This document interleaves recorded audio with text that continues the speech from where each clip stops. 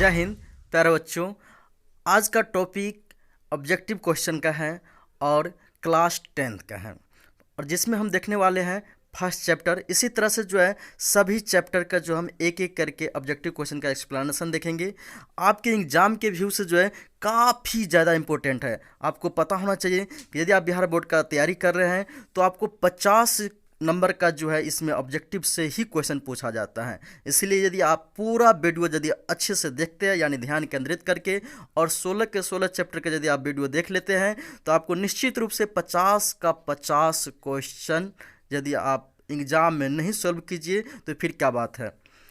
तो निश्चित रूप से आप कितना क्वेश्चन सॉल्व कीजिएगा, 50 के 50 आपको हल होगा ही होगा। यानी आपको 50 नंबर में से आपको एक नंबर कटने वाला नहीं है। आगे समझ में? तो आपके हिसाब से ये वीडियो काफ़ी ज़्यादा इम्पोर्टेंट है, इसीलिए आप वीडियो को लास्ट तक देखें बिना स्किप किए हुए। आप वीडियो को थोड़ा भी स्किप नहीं कीजिए, जिससे आप स्किप कीजिएगा तो हो सकता है कोई कंसेप्ट आपको छूट जाए, क्योंकि आपको जब हम क्वेश्चन बताने वाला है क्वेश्चन के साथ साथ कंसेप्ट भी बताएंगे। ठीक है, तो बिना समय गंवाए हम प्रश्न पर आते हैं। कह रहे हैं कि 3 - √3 क्या है। तो सबसे पहली बात आपको समझना है कि परिमेय संख्या, अपरिमेय संख्या और पूर्णांक संख्या, तीन चीज इसमें दिया गया है क्वेश्चन में। यहाँ पर ध्यान दीजिए क्या दिया गया है, परिमेय संख्या, अपरिमेय संख्या, है ना, अपरिमेय संख्या और पूर्णांक संख्या, तीन पार्ट आपको दिया गया है। तो तीन पार्ट में आपको समझना क्या है, परिमेय, अपरिमेय और पूर्णांक। सबसे पहली बात हम समझते हैं पूर्णांक संख्या। कौन सी संख्या?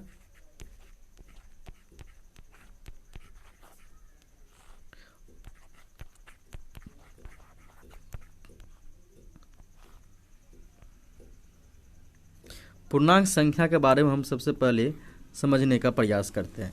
तो पूर्णांक संख्या किसको कहते हैं? तो आप नंबर लाइन पे देखते होंगे, नंबर लाइन पर जो संख्या दर्शाई जाती है 0, 1,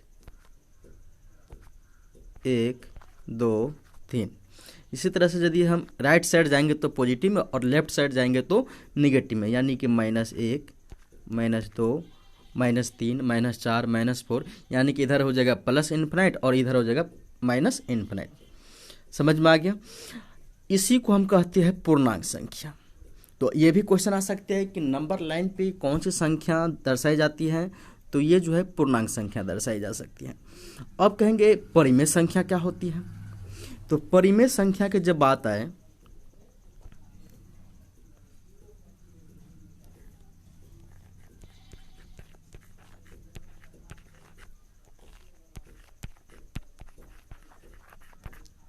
परिमेय संख्या, तो परिमेय संख्या जो होती है P/Q के रूप में होता है। ध्यान रखना है P और Q ये दोनों हमारा जो है पूर्णांक संख्या होना चाहिए। दोनों हमारा क्या होना चाहिए? पूर्णांक संख्या होना चाहिए। यदि दोनों पूर्णांक संख्या नहीं है तो हम परिमेय संख्या नहीं कहेंगे, परिमेय संख्या नहीं कहेंगे। जैसे मान लीजिए 2, 3, 4 ये सभी हमारा परिमेय संख्या है। 2.5 ये भी परिमेय संख्या है। 3/4 ये भी परिमेय संख्या है। -5/6 ये भी परिमेय संख्या है। कहेंगे सर अब दो जो है परिमेय संख्या कैसे हैं? आप तो बोले हैं कि P/Q के रूप में होना चाहिए। तो ध्यान दीजिए जितने भी प्राकृतिक संख्या होती है सभी के नीचे 1 होता है, नहीं कुछ है तो नीचे कितना है? 1। यानी कि अंश और हर जानते हैं ना, ऊपर वाले को अंश बोलते हैं, ऊपर वाले को अंश कहा जाता है और नीचे वाले को हर कहा जाता है। तो अंश और हर दोनों जो है जितने भी प्राकृतिक संख्या सभी का हर जो है 1 होता है। क्या होता है? 1। और दोनों हमारा पूर्णांक संख्या है, तो जितने भी प्राकृतिक संख्या पूर्णांक संख्या तो है ही, और हर भी सब में 1 इंक्लूड है, तो 1 हमारा स्वाभाविक बात है पूर्णांक संख्या में आती है। तो इसीलिए हमारा जो है 2, 3, 4, 5, 6 सभी क्या हो गया? परिमेय संख्या। 2.5 ये भी हमारा परिमेय संख्या। क्यों? क्योंकि ये 25/10 हो जाएगा। 3/4 तो P/Q के रूप में है ही, -5/6 P/Q के रूप में है ही, और ये हमारा पूर्णांक संख्या, ये भी पूर्णांक संख्या, इसीलिए क्या हो गया? परिमेय संख्या। लेकिन कहिएगा सर एक समस्या और है यहाँ पे कि यदि √2/3 कर दे, √2/3 कर दे तब क्या होगा? तो कहेंगे ये भी तो परिमेय संख्या है। तो कहेंगे नहीं, क्यों नहीं है?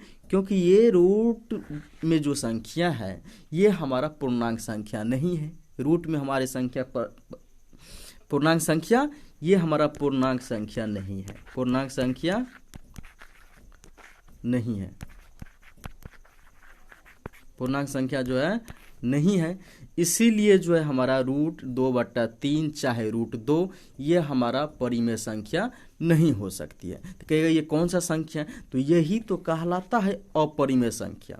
तो ध्यान दीजिएगा, रूट के साथ, हाँ, लेकिन रूट में ऐसा संख्या रखा जाए जिसका वर्गमूल ना निकले, जिसका वर्गमूल नहीं निकले। अब कहिएगा सर जैसे √4 क्या अपरिमेय संख्या नहीं है? तो कहेंगे नहीं। क्यों? क्योंकि √4 का वर्गमूल निकल जाता है, 2 होता है ना, प्लस और माइनस दोनों होता है। तो अब जो है √4 का वर्गमूल कितना हुआ? +-2। तो ये हमारा परिमेय संख्या का रूप धारण कर लिया।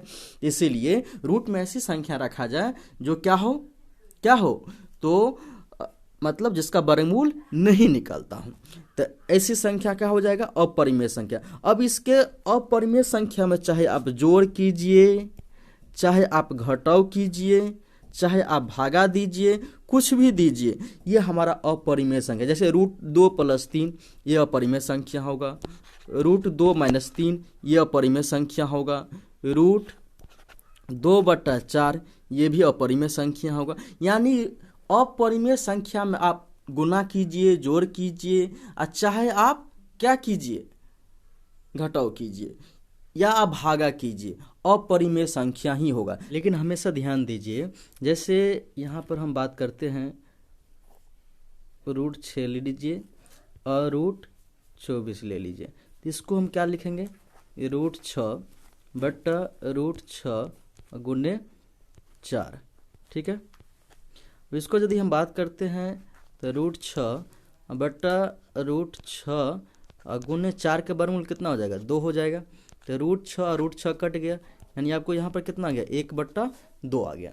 तो अब देखिए √6/24 आप क्या कहिएगा कि सर ये तो क्या है, अपरिमेय संख्या? तो नहीं, क्योंकि यहाँ पर इसको तोड़ने के बाद कितना आ गया? 1/2 आ गया। तो 1/2 आ गया तो निश्चित रूप से क्या बन गया? परिमेय संख्या बन गया। तो √6/√24 था, लेकिन यहाँ पर इसको हम डायरेक्ट नहीं कह सकते थे, था दोनों रूट में।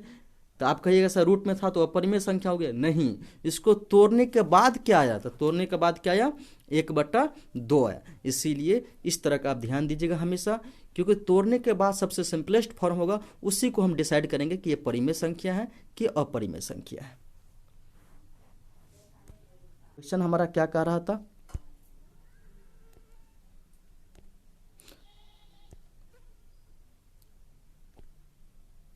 क्वेश्चन हमारा कह रहा था कि 3 - √3, तो 3 - √3 जो हो गया, क्या हो गया?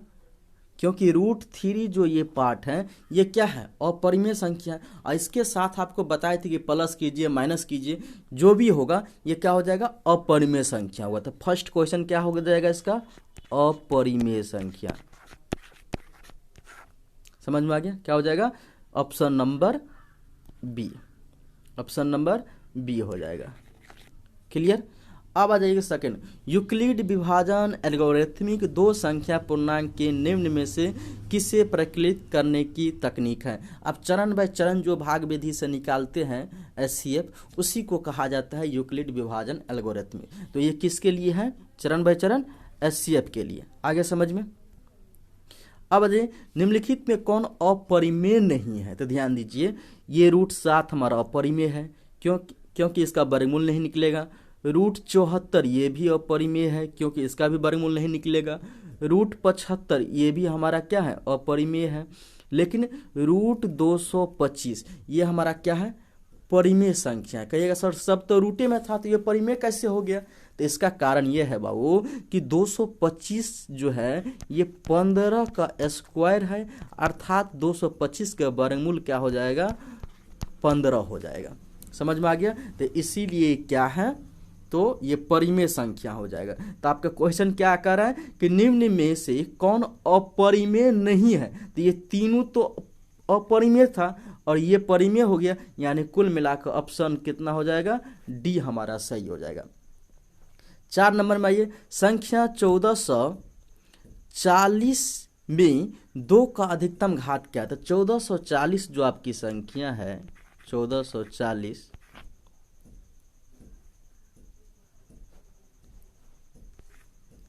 इस संख्या को आप क्या कीजिए, गुणनखंड कीजिए। 2 सत्ते 14, 720 हो गया, 36 दूना 72 हो गया, 2 से कीजिएगा तो 18 दूना 36 हो जाएगा, 2 से कीजिएगा तो 9 दूना 18 हो जाएगा, और फिर 2 से कीजिएगा तो 45 दूना 90 हो जाएगा। यानी टोटल आपको संख्या यदि कहा जाए तो 1 2 3 4 और 5, यानी टोटल 2 कितना है इसमें? 5 है, 5 है। तो इसीलिए यहाँ पर क्या हो जाएगा? 2 का अधिकतम घात कितना हो जाएगा? 2 का अधिकतम घात 5 हो जाएगा। 2 का अधिकतम घात यहाँ पर कितना हो जाएगा? 5। आ गया समझ में? तो यहाँ पर आ जाइए, कौन सा ऑप्शन हो जाएगा? संख्या 1440 में 2 का अधिकतम घात कितना हो जाएगा? 5, यानी ऑप्शन नंबर सी। क्लियर हो गया?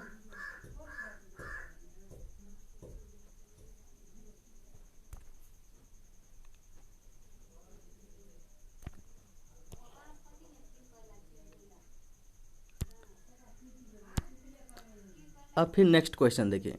नेक्स्ट क्वेश्चन आपको कह रहा है कि 2 तथा 2.5 के बीच की अपरिमेय संख्या बताए। क्या कह रहे हैं आपका क्वेश्चन? कि 2 तथा 2.5 के बीच की अपरिमेय संख्या। तो ध्यान दीजिए, 11 जो होती हैं, आपकी संख्या क्या है? 11√11। तब 3 का स्क्वायर कितना होता है? 9, और यहाँ पर कितना है? 11, यानी कि 3 पॉइंट कुछ होगा, 3 पॉइंट यहाँ पर कुछ होगा आगे, समझ गए? 3 पॉइंट कुछ होगा, यानी 3 से बड़ा होगा, लेकिन 2 तथा 2.5 के बीच, यानी 2.5 से छोटा ही होना चाहिए, इसलिए नहीं होगा। इसके बाद कह रहे हैं √5। √5 जो ऑप्शन है, ध्यान दीजिए, 2 का स्क्वायर कितना होता है? 4। तो 2 से आपको 12 होगा, 2 से क्या होगा? 12 होगा। ठीक है, तो ये ऑप्शन होने की संभावना आपको बन रहा है। यहाँ पर आइएगा, √22.5। तो √22.5 जो है आपका, ये कितना? 4 का स्क्वायर 16 और 22.5 है, 5 का स्क्वायर 25, यानी 4 से ज़्यादा और 5 से कम। तो 4 से ज़्यादा होगा, 4 से ज़्यादा और 5 से कम, और 12.5 ये भी 3 से ज़्यादा और 4 से कम, यानी कुल मिला के आपका ऑप्शन क्या हो जाएगा? √5, यानी option number B.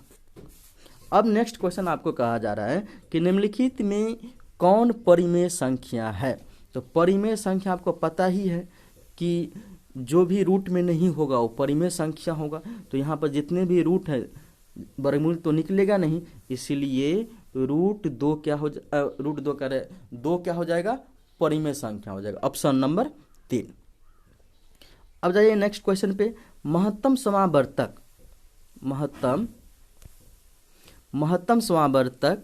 A B गुने लघुत्तम समावर्तक ए बी बराबर होगा, यानी महत्तम समावर्तक ए बी का जो महत्तम समावर्तक है ए बी, और लघुत्तम समावर्तक है ए बी, यानी महत्तम समावर्तक भी ए बी है और लघुत्तम समावर्तक भी ए बी है।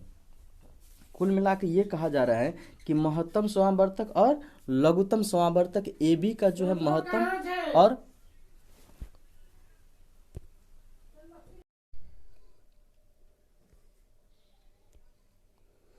नेक्स्ट क्वेश्चन है 7 नंबर कि ए बी कोई भी 2 संख्या है, ठीक है, इसमें कहा जा रहा है आपको कि ए बी का जो है लघुत्तम और महत्तम निकालिए।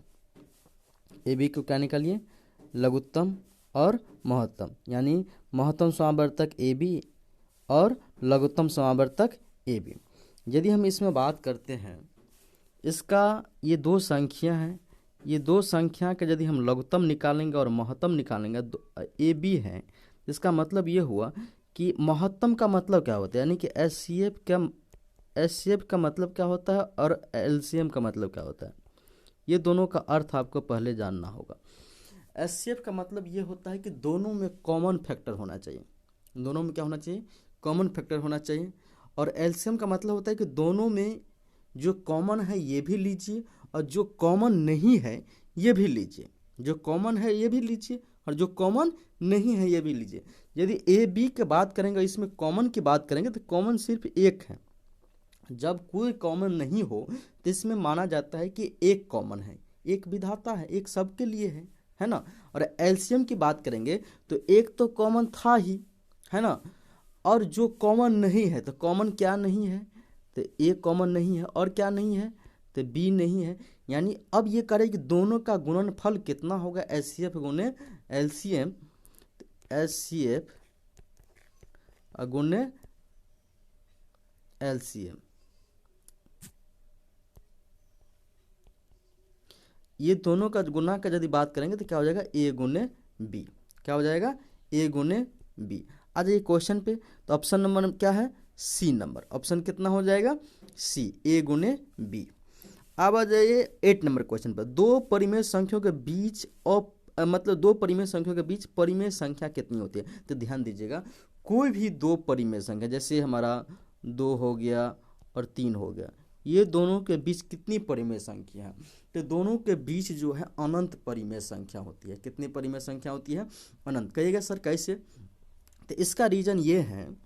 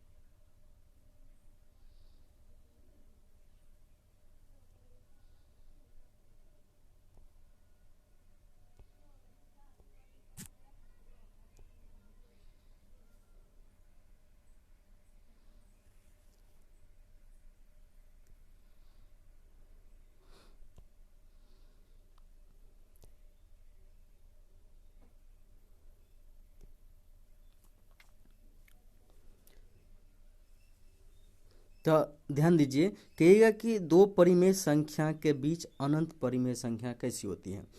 तो इसका रीज़न ये है कि जैसे देखिए, मान लेते कोई भी संख्या 2 और 3 है, तो 2 के बाद जो होती है 2.1 लिख सकते हैं या 2.11 लिख सकते हैं, 2.1 1 यानी अनंत लिख सकते हैं। अब इसी तरह से संख्या क्या होगा, बढ़ते चला जाएगा। तो 2 बाद 3 आएगी तब ना, 3 के बाद होगा तब ना, अभी तो 2 और 3 के बीच में ही ये सारी संख्या है। इसीलिए 2.1 लिख सकते हैं, 2.1 लिख सकते हैं, 2. मतलब कोई भी संख्या आप लिख सकते हैं 3 से पहले। इसीलिए कहा जाता है कि 2 और 3 के बीच में जो है अनंत परिमेय संख्या होती है। कितनी परिमेय संख्या होती है, अनंत परिमेय संख्या होती है। तो इसका ऑप्शन क्या हो जाएगा, ऑप्शन नंबर आपको डी हो जाएगा। नेक्स्ट क्वेश्चन कह रहे हैं कि क्या एक परिमेय और अपरिमेय संख्या का गुणनफल अपरिमेय संख्या हो सकता है।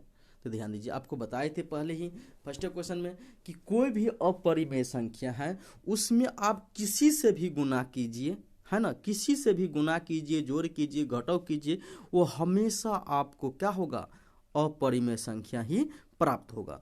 तो अपरिमेय संख्या को जो है परिमेय संख्या के साथ गुना करेंगे तो हमेशा अपरिमेय संख्या प्राप्त होगा।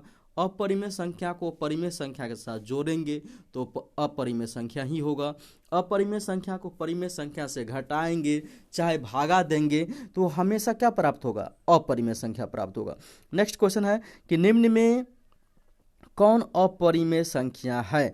तो ध्यान दीजिए, √16 क्या हो जाएगा? परिमेय संख्या। क्यों? क्योंकि √16 का वर्गमूल निकल के आ जाएगा। √16 का क्या निकल के आ जाएगा? वर्गमूल 4 हो जाएगा। √81 का भी वर्गमूल निकल के आ जाएगा, कितना हो जाएगा? 9 हो जाएगा। अब √8 का वर्गमूल नहीं निकलेगा, इसीलिए ऑप्शन नंबर कितना हो जाएगा? सी हो जाएगा। कर यदि n एक प्राकृतिक संख्या है तब √n क्या हो सकता है? ध्यान दीजिए, n एक प्राकृतिक संख्या है। n क्या है? एक प्राकृतिक संख्या है। तो n जब प्राकृतिक संख्या है तो इसमें हम 9 भी लिख सकते हैं और इसमें हम 7 भी लिख सकते हैं। यदि 9 लिख दिए तो ये हमारा क्या बन गया? 3, यानी परिमेय संख्या। और √7 है तो √7 ही रहेगा, यानी अपरिमेय संख्या, क्योंकि वर्गमूल नहीं निकलेगा। तो अब देखिए, प्राकृतिक संख्या यदि हम n का मान लेते हैं रूट में, क्या करें? √n है तो n के जगह पर यदि हम प्राकृतिक संख्या लेते तो 9 भी प्राकृतिक संख्या और 7 भी प्राकृतिक संख्या है। लेकिन इसका हल जब करते हैं तो एक निकल के आ जाता है परिमेय संख्या और एक निकल के आ जाता है अपरिमेय संख्या। तो आपके क्वेश्चन के अनुसार आंसर क्या होगा? कह रहे हैं कि यदि n एक प्राकृतिक संख्या है तब क्या हो सकता है? तो हमेशा प्राकृतिक संख्या को जरूर, अब ये आपको बताया कि अपरिमेय संख्या होगा। तो जब भी अपरिमेय संख्या होगा तो इसका मतलब है कि ये जो है प्राकृतिक संख्या होगा नहीं। हमेशा अपरिमेय संख्या ये भी संभव नहीं है, क्योंकि ये प्राकृतिक संख्या भी हो सकती है। हमेशा परिमेय संख्या ये भी संभव नहीं है, क्योंकि √7 का वर्गमूल नहीं निकलेगा, ये अपरिमेय था। कभी प्राकृतिक संख्या कभी अपरिमेय संख्या, ये संभव है। समझ में आ गया? क्या है? संभव है। तो क्या हो जाएगा answer? D number. Option number कितना हो जाएगा? डी। अब का √5 क्या है? तो आपको बताया ही थे कि जिसका भी वर्गमूल नहीं निकले सभी अपरिमेय संख्या होती है, तो इसीलिए √5 क्या हो जाएगा? अपरिमेय संख्या हो जाएगा। √5 क्या हो जाएगा? अपरिमेय संख्या, यानी इसका बी ऑप्शन हो जाएगा और इसका डी ऑप्शन हो जाएगा। आगे समझ में? अब आते हैं नेक्स्ट क्वेश्चन पे। नेक्स्ट क्वेश्चन है कि वृत्ताकार पथ पर 3 धावक एक ही साथ स्थान से दौड़ना प्रारंभ करते हैं और एक चक्कर लगाने से क्रमशः 2 घंटे, 4 घंटे, 6 घंटे समय लगता है। तीनों को प्रस्थान बिंदु पर पुनः मिलने में लगा समय क्या हुआ? तो ध्यान दीजिए और अच्छे से ध्यान दीजिए, क्योंकि बहुत ही अच्छा क्वेश्चन है। अब यहाँ पर क्या किया धावक? यहाँ पर धावक क्या कह रहे हैं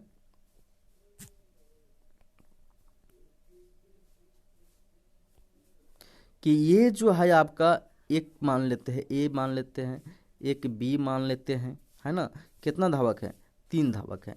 और एक मान लेते हैं सी, और मान लेते हैं कि तीनों जो हैं एक ही स्थान से दौड़ना प्रारंभ करता है। मान ली तीनों जो धावक है यहाँ से प्रारंभ करता है। तीनों धावक कहाँ से प्रारंभ करता है? यहाँ से प्रारंभ करता है। और यहाँ से जब ये तीनों प्रारंभ करता है इस दिशा में, तो एक का स्पीड कितना है? एक का स्पीड है 4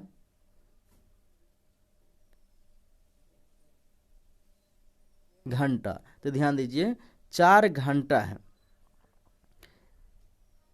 एक चक्कर लगाने में 4 घंटा, यानी कि यहाँ से यहाँ तक एक चक्कर लगा लिया 4 घंटा में। एक क्या किया? एक चक्कर लगा लिया 4 घंटा में। बी कितना घंटा में? 6 घंटा नहीं, ए जो है 2 घंटा में लगाता है, बी 4 घंटा में और सी 6 घंटा में।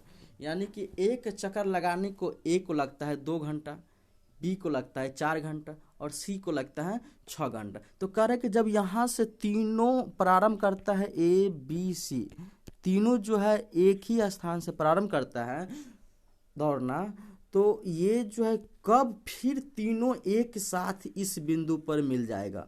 कब एक साथ मिलेगा?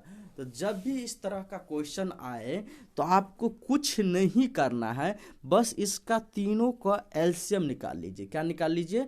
एलसीएम निकाल लीजिए। 2, 4 और 6 का। बस आपका सामने आंसर है 2 1 2, 2 दूनी 4, 2 तिया 3 दूना 6 और 6 दूना 12, यानी कुल मिलाकर आपका आंसर कितना हो जाएगा 12 हो जाए। यानी 12 घंटा के बाद जो है, देखिए ए जो है 12 घंटा का बाद कहाँ पर आ जाएगा, इसी पॉइंट पर आएगा। बी जो है 12 घंटा का बाद इसी पॉइंट पर आएगा, और सी जो है 12 घंटा के बाद इसी पॉइंट पर आएगा। वो अलग बात है, ए 12 घंटा में जो है 6 चक्कर लगाएगा, बी 3 चक्कर लगाएगा और सी जो है 2 चक्कर लगाएगा। कितना चक्कर लगाएगा ये मतलब नहीं है, कह रहे कब मिलेगा फिर तो पुनः, तो कब मिलेगा, तो 12 घंटे के बाद फिर इस बिंदु पर मिलेगा। क्लियर है? तो इसका आंसर कितना हो जाएगा, ऑप्शन नंबर सी। कोई डाउट नहीं ना? एक जानकारी आप लोग का और साझा कर दें, यदि आप ऑफलाइन बैच मुझसे पढ़ना चाहते हैं तो मधुबनी जिला में एक के प्रखंड है फुलपरास प्रखंड, और इसके अंतर्गत एक के पंचायत पड़ती है, कलापट्टी पंचायत या सिसवार पंचायत भी आप कह सकते हैं, दोनों को मिडिल में है। और यहीं पर मेरा एक संस्था है KDS स्टडी सेंटर करके, यहाँ पर आप ऑफलाइन बैच ले सकते हैं। यदि आप यहाँ से बिलोंग करते हैं, फुलपरास के अंतर्गत यदि आप हैं, तो आप आसानी पूर्वक यहाँ पर आप आ सकते हैं। ध्यान रखें कि आपका जो ये बैच रहेगा सुबह और शाम रहेगा, क्योंकि दिन में आपको 9 बजे से 4 बजे के बीच में हम नहीं पढ़ा सकते हैं, क्योंकि हम गवर्नमेंट टीचर हैं, और गवर्नमेंट टीचर है तो निश्चित रूप से हम स्कूल के टाइम में नहीं पढ़ा सकते हैं, क्योंकि स्कूल के टाइम में हम स्कूल में शिक्षा दे रहे हैं। इसीलिए आप स्कूल के बाकी टाइम में मुझसे ऑफलाइन बैच ले सकते हैं। यदि आपको विशेष जानकारी लेना है तो कॉन्टैक्ट नंबर पर आप फॉलो करें।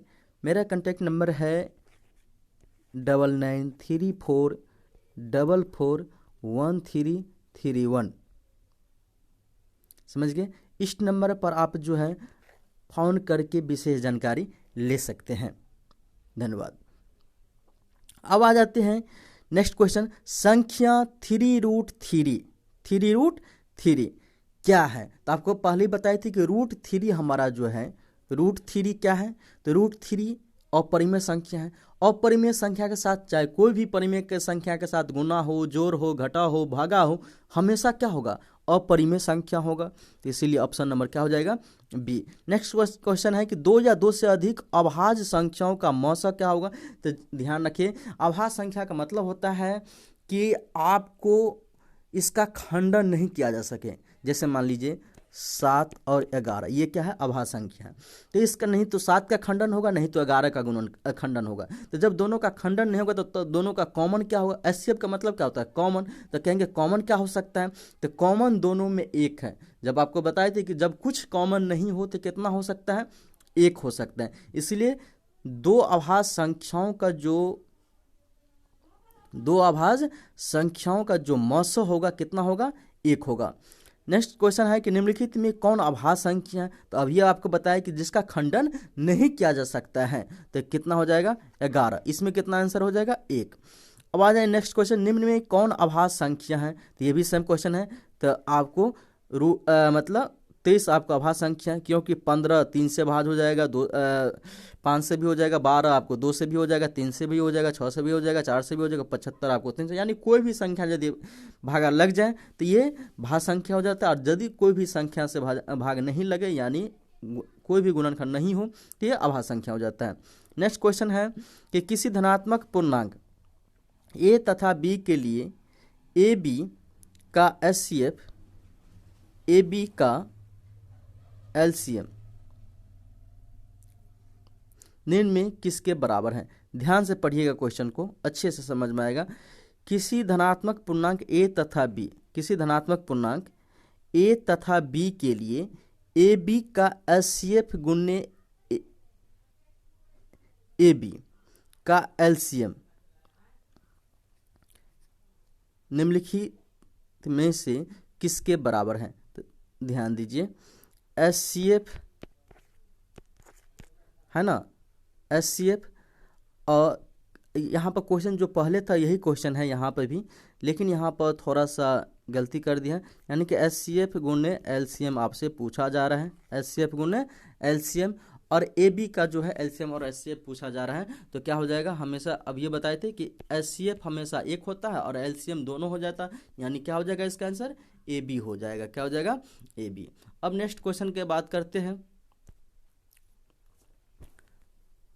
कि 3 minus root three, 3 minus root three क्या है, 3 माइनस रूट थ्री क्या है, तो 3 माइनस रूट थ्री क्या हो जाएगा, रूट थ्री के साथ यानी अपरिमेय संख्या के साथ कोई भी परिमेय संख्या हो, जोड़ हो, घटा हो, गुना हो, भागा हो, तो क्या होगा, अपरिमेय संख्या। कितना बार आपको बोल चुके हैं, इसीलिए आपको बार बार ये क्वेश्चन दिए हैं ताकि आपको पूरी तरह से समझ में आ जाए, अच्छे से रिवीजन हो जाए और कोई डाउट आपको नहीं रहे।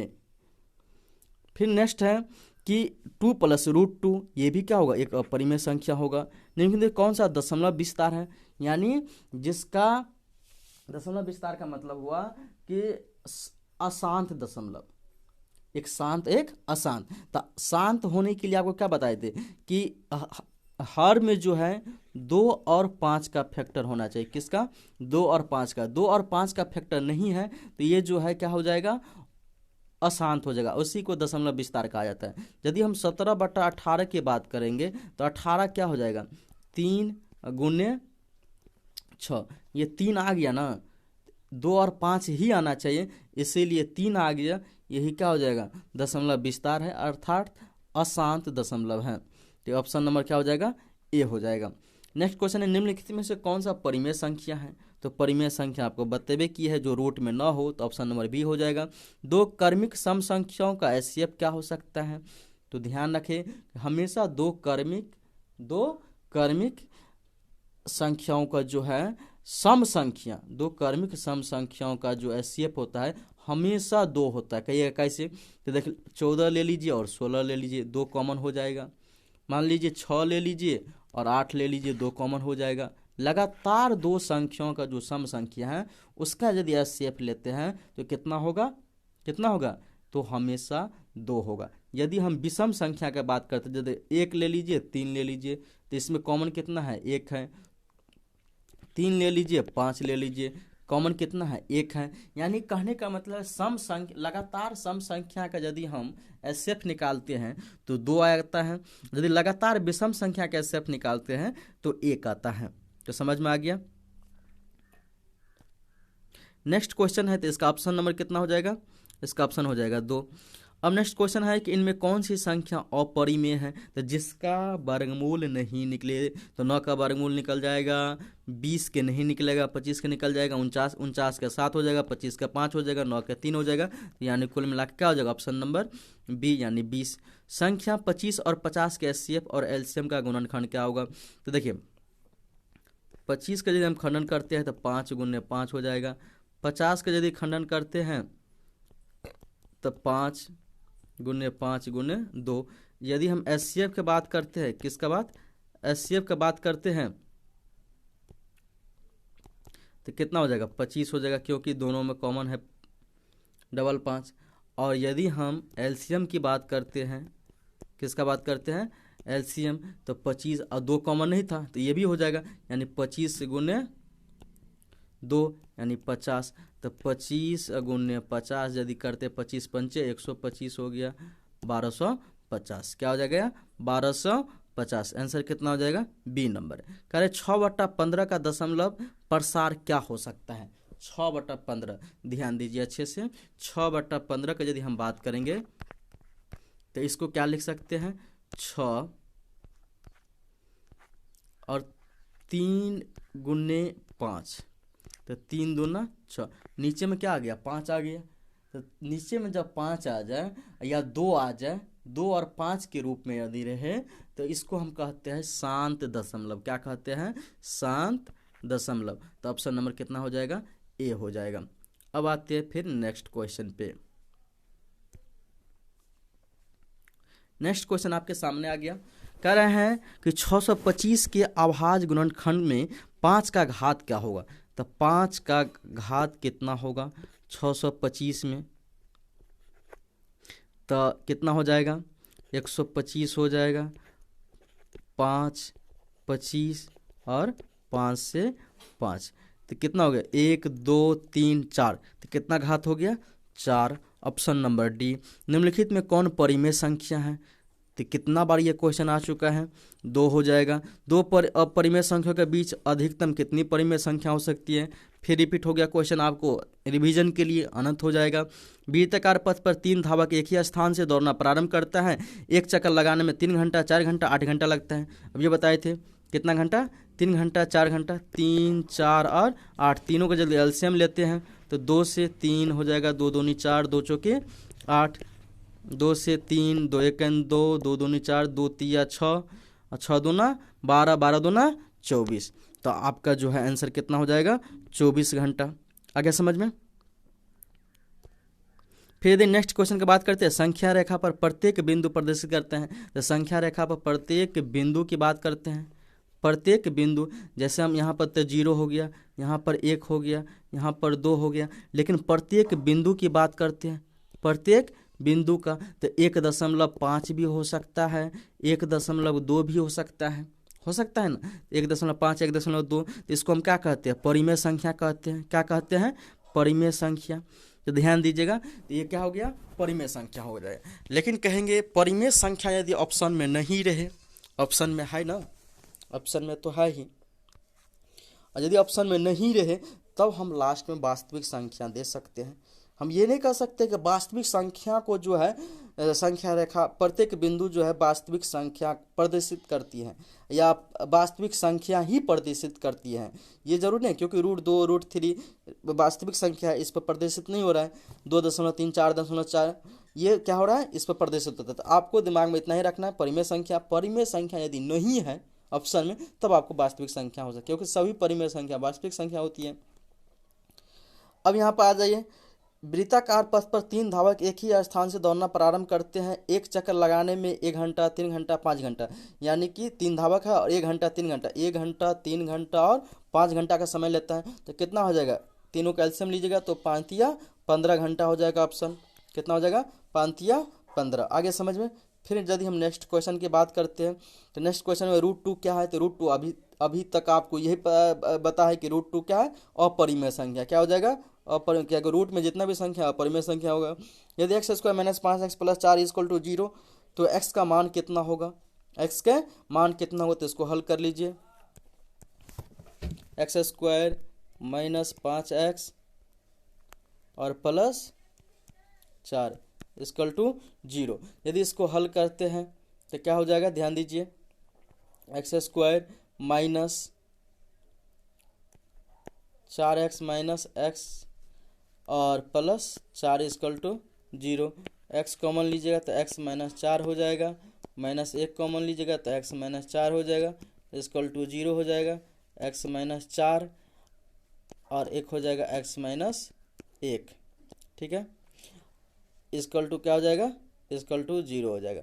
यदि x के बात करेंगे तो 4 और 1 हो गया। कितना हो गया? 4 और 1। और 4 और 1 का यदि हम बात करते हैं ऑप्शन में तो क्या है? पूर्णांक संख्या। 4 और 1 क्या है? पूर्णांक संख्या है। भिन्न संख्या, 4 एक भिन्न संख्या तो नहीं है। अपरिमेय संख्या नहीं, वास्तविक नहीं, वास्तविक संख्या तो है ही। तो इसीलिए ऑप्शन नंबर क्या हो जाएगा? ए हो जाएगा। इसके बाद आप देखिए 12 12 12 11 12 करके लिखा हुआ है और आपको डॉट, जब ये डॉट से कोई भी, जैसे मान लीजिए 2.3, ये हमारा क्या हो गया? परिमेय संख्या। और लगातार यदि हम संख्या दे दें और डॉट दर्शा दे, यानी संख्या फिक्स नहीं करें, तो ये हमारा अपरिमेय संख्या में आता है। किस में आता है?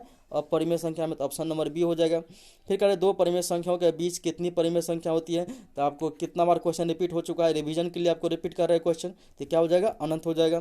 फिर करेंगे दो संख्याओं का HCF 25 और LCM 50 है, तो संख्या का गुणनफल क्या होता है? तो आपको ध्यान रखना है, संख्या को जो गुणनफल होता है, यानी दो संख्या का गुणनफल A × B, यानी दो संख्या है जिसका नाम है A और दूसरा का नाम है B, तो A × B बराबर होता है LCM × HCF। आगे समझ में। तो आपको क्या कहा जा रहा है कि एक संख्या, दो संख्या है जिसका LCM कितना है? 25 और LCM 50 और HCF 25। तो LCM कितना है? 50 और HCF कितना है? HCF कितना है? 25। तो 25 × 5 = 125 और 0 है तो 0, यानी 1250 कितना हो जाएगा 1250। ऑप्शन नंबर कितना हो जाएगा बी। निम्न में कौन अपरिमेय संख्या नहीं है? तो ये √11 क्या है अपरिमेय संख्या, √15 भी अपरिमेय संख्या। अब यहाँ देखिए √9 और √16 ये क्या हो जाएगा परिमेय संख्या हो जाएगा। क्यों? क्योंकि √9 का वर्गमूल निकल जाएगा और 16 का भी वर्गमूल निकल जाएगा, तो कितना हो जाएगा ये ऑप्शन नंबर सी हो जाएगा। समझ में आ गया। नेक्स्ट क्वेश्चन है कि 2 + √2 क्या हो जाएगा? तो ये अभी तक आप इतना सीख चुके हैं, अभी तक पूरा लास्ट वीडियो जा रहा है। रूट में जितने भी संख्या है सब क्या है अपरिमेय संख्या, यदि इसका वर्गमूल नहीं निकले तो, और किसी भी परिमेय संख्या के साथ जोड़ेंगे, घटाएंगे, गुना करेंगे, भागा करेंगे, सब क्या हो जाएगा अपरिमेय संख्या हो जाएगा। तो ऑप्शन नंबर कितना हो जाएगा बी। समझ में आ गया। इसी तरह से आप पूरा वीडियो देखिए।